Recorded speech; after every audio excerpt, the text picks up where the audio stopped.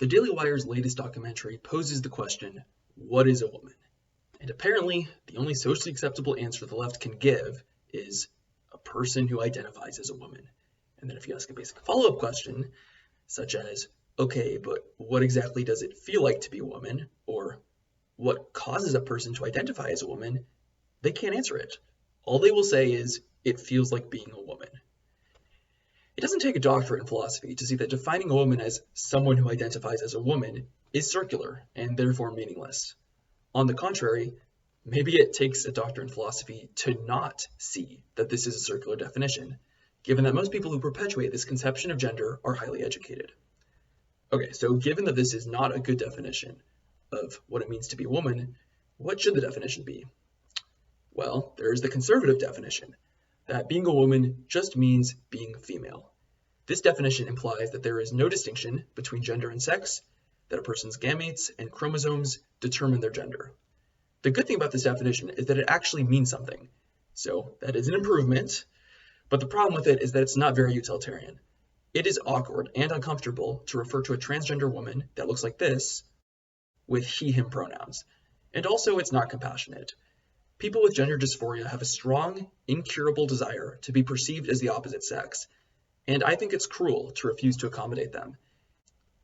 If you had gender dysphoria, you would want people to accommodate you as well. So, if the conservative definition of gender isn't good, what other definitions could we use? Well, we could define gender based on stereotypes. Under this definition, a woman would be a person who acts in a stereotypically female way. That is, a person who is nurturing, wears dresses, likes the color pink, is sexually attracted to males, etc. But this definition is problematic because it implies that feminine males are women and masculine females are men, which is obviously not always the case. Alternatively, we could define gender based on someone's desired sex. That is, we could define a woman as either a female or a male who has gender dysphoria, which is a strong desire to be female. This is probably the definition that I'm the most sympathetic to, although I could be persuaded otherwise.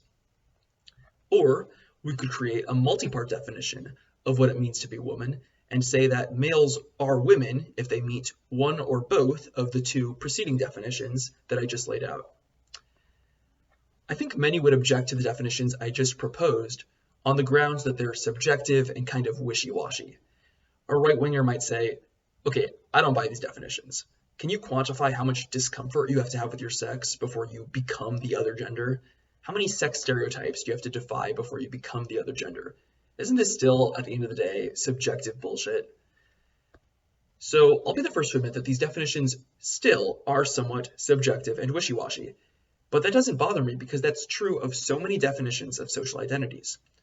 For example, what does it mean to be depressed? Obviously, it's somewhat subjective. There is no objective amount of sadness you must feel in order to have depression. Here's another example. What's the difference between being gay and bisexual? Is someone who is mostly attracted to the same sex and mildly attracted to the opposite sex gay or bi? Well, it's tough to say. I guess I think it should be up to the individual to decide which label they'd rather adopt. Crucially though, even though terms like depressed and bisexual are a bit fuzzy and subjective, they are still useful, meaningful terms. A depressed person is more than a person who has depression. A bisexual person is more than a person who identifies as bisexual. Despite the ambiguity of these terms in some contexts, on the whole, they still have meaning. The bottom line is that there are ways to define what it means to be a man or woman that are probably objectionable on some grounds, but at least are not meaningless bullshit. So why doesn't the left embrace one of these more meaningful definitions that I just described?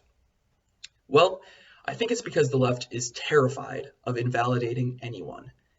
That is, it doesn't want to exclude anyone who wants to identify as a woman from identifying as a woman, even if they don't have gender dysphoria and are not at all stereotypically feminine. And while the impulse to be ultra-inclusive comes from a good place, there does need to be some criteria for determining who is a woman, otherwise the word means nothing.